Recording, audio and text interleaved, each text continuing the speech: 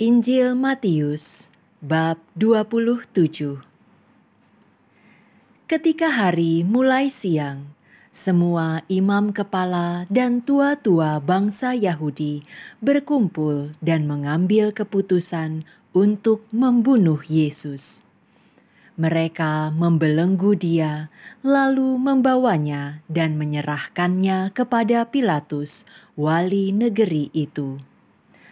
Pada waktu Yudas yang menyerahkan dia melihat bahwa Yesus telah dijatuhi hukuman mati, menyesallah ia.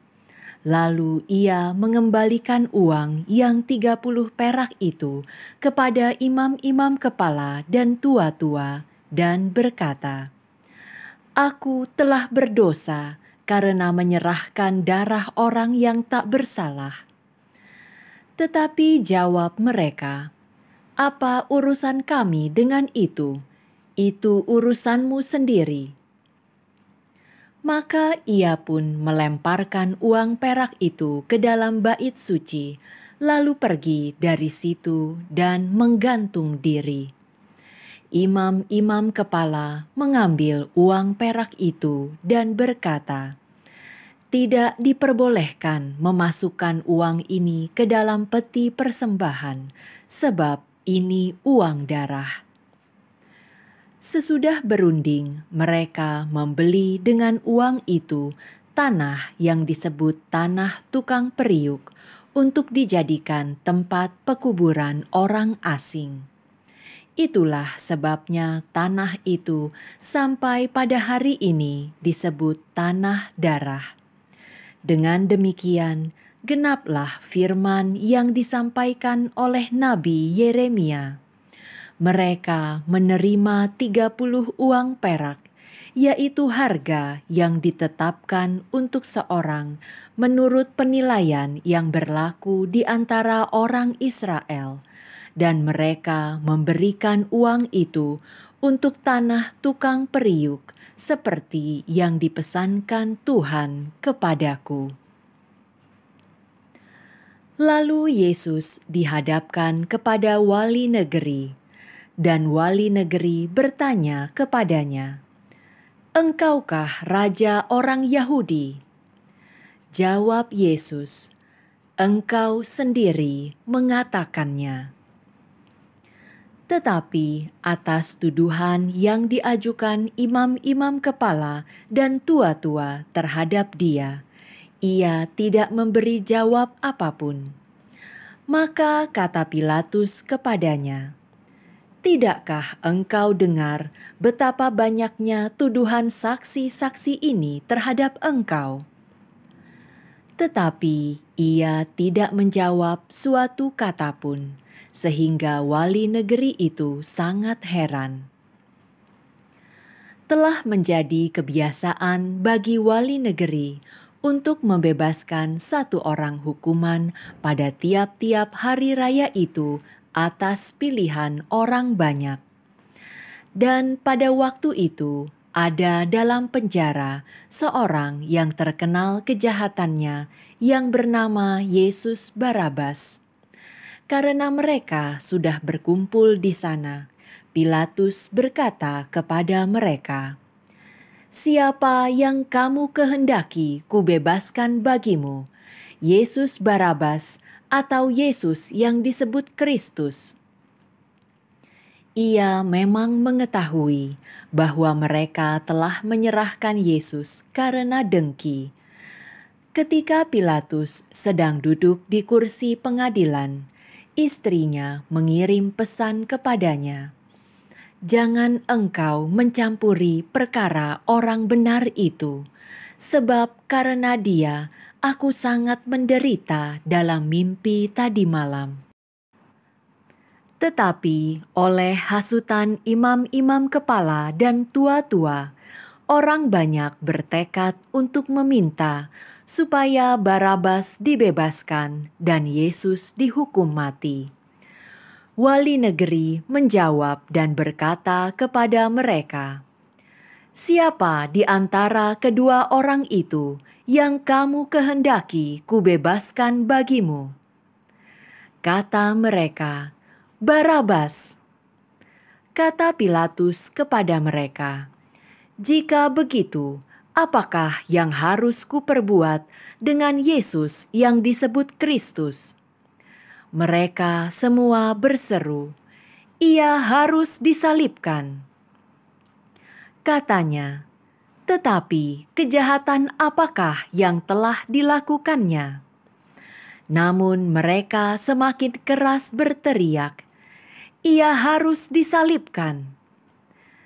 Ketika Pilatus melihat bahwa segala usaha akan sia-sia, malah sudah mulai timbul kekacauan, ia mengambil air dan membasuh tangannya di hadapan orang banyak dan berkata, "Aku tidak bersalah terhadap darah orang ini. Itu urusan kamu sendiri." Dan seluruh rakyat itu menjawab, "Biarlah darahnya ditanggungkan atas kami dan atas anak-anak kami." Lalu ia membebaskan Barabas bagi mereka, tetapi Yesus disesahnya, lalu diserahkannya untuk disalibkan. Kemudian serdadu-serdadu wali negeri membawa Yesus ke gedung pengadilan, lalu memanggil seluruh pasukan berkumpul di sekeliling Yesus. Mereka menanggalkan pakaiannya dan mengenakan jubah ungu kepadanya. Mereka menganyam sebuah mahkota duri dan menaruhnya di atas kepalanya, lalu memberikan dia sebatang buluh di tangan kanannya. Kemudian mereka berlutut di hadapannya dan mengolok-olokkan dia, katanya, "Salam, hai Raja orang Yahudi." Mereka meludahinya dan mengambil buluh itu dan memukulkannya ke kepalanya.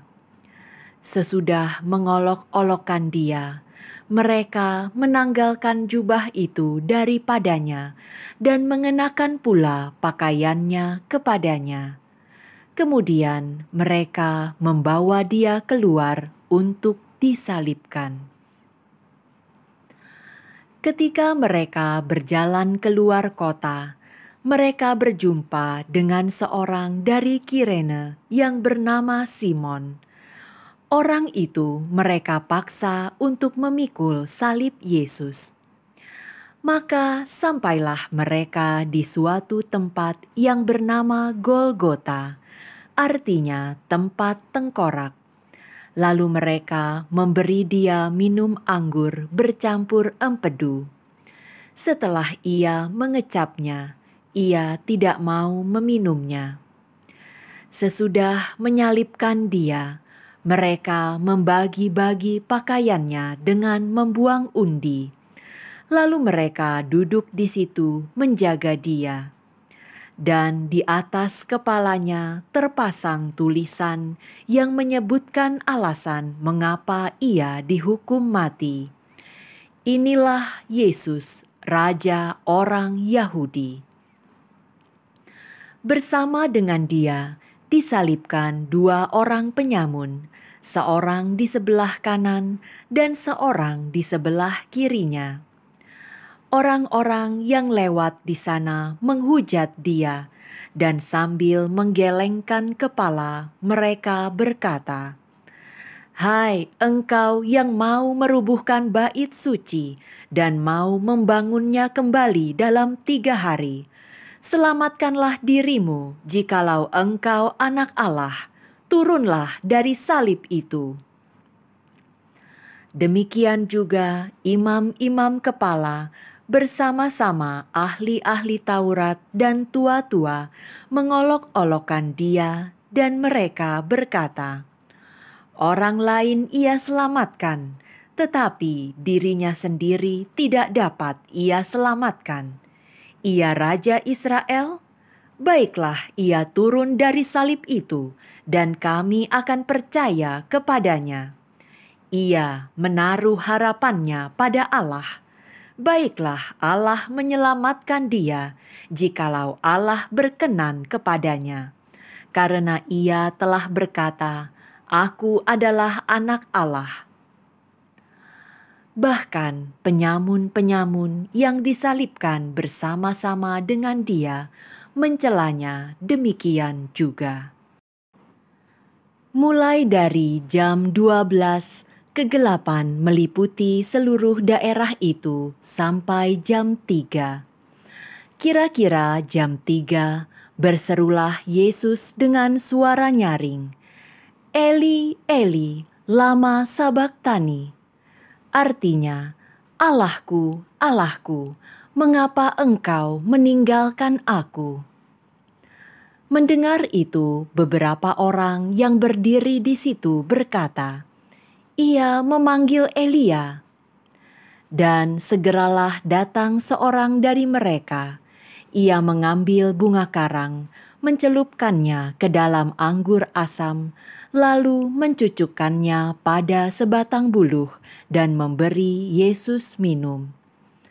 Tetapi orang-orang lain berkata, "Jangan, baiklah kita lihat apakah Elia datang untuk menyelamatkan dia." Yesus berseru pula dengan suara nyaring, lalu menyerahkan nyawanya. Dan lihatlah, tabir bait suci terbelah dua dari atas sampai ke bawah, dan terjadilah gempa bumi, dan bukit-bukit batu terbelah, dan kuburan-kuburan terbuka, dan banyak orang kudus yang telah meninggal bangkit. Dan sesudah kebangkitan Yesus, mereka pun keluar dari kubur, lalu masuk ke kota kudus, dan menampakkan diri kepada banyak orang. Kepala pasukan dan prajurit-prajuritnya yang menjaga Yesus menjadi sangat ketakutan ketika mereka melihat gempa bumi dan apa yang telah terjadi, lalu berkata, "Sungguh, ia ini adalah Anak Allah." Dan ada di situ banyak perempuan yang melihat dari jauh, yaitu perempuan-perempuan yang mengikuti Yesus dari Galilea untuk melayani Dia. Di antara mereka terdapat Maria Magdalena dan Maria ibu Yakobus dan Yusuf, dan ibu anak-anak Zebedeus. Menjelang malam, datanglah seorang kaya, orang Arimatea yang bernama Yusuf, dan yang telah menjadi murid Yesus juga. Ia pergi menghadap Pilatus dan meminta mayat Yesus. Pilatus memerintahkan untuk menyerahkannya kepadanya. Dan Yusuf pun mengambil mayat itu, mengapaninya dengan kain lenan yang putih bersih, lalu membaringkannya di dalam kuburnya yang baru, yang digalinya di dalam bukit batu. Dan sesudah menggulingkan sebuah batu besar ke pintu kubur itu, pergilah ia. Tetapi Maria Magdalena dan Maria yang lain tinggal di situ, duduk di depan kubur itu. Keesokan harinya, yaitu sesudah hari persiapan, datanglah imam-imam kepala dan orang-orang Farisi bersama-sama menghadap Pilatus. Dan mereka berkata, "Tuan, kami ingat bahwa si penyesat itu sewaktu hidupnya berkata, 'Sesudah 3 hari aku akan bangkit.' Karena itu, perintahkanlah untuk menjaga kubur itu sampai hari yang ketiga.